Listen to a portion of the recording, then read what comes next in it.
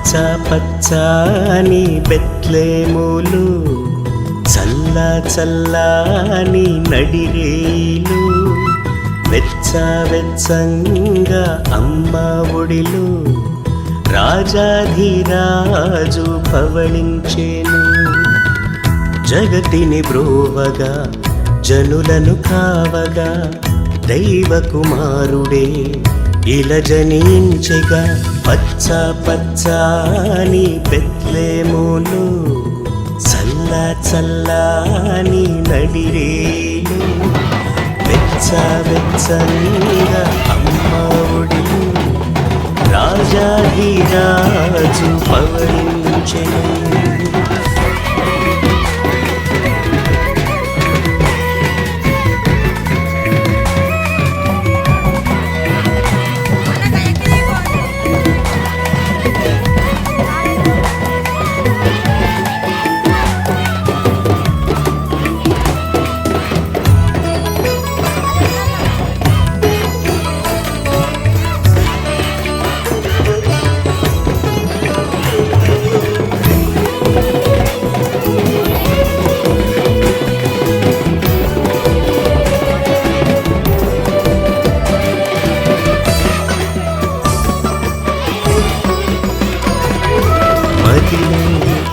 మరియను విడనాడగా తలచెను యోసేపు తనలో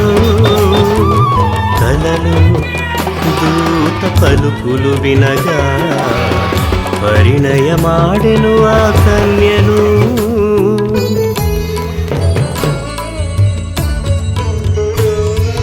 మదిలో మరియను విడనాడగా తలచెను యోసేపు తనలో దూత పలుకులు వినగా పరిణయమాడెను ఆ కన్యను.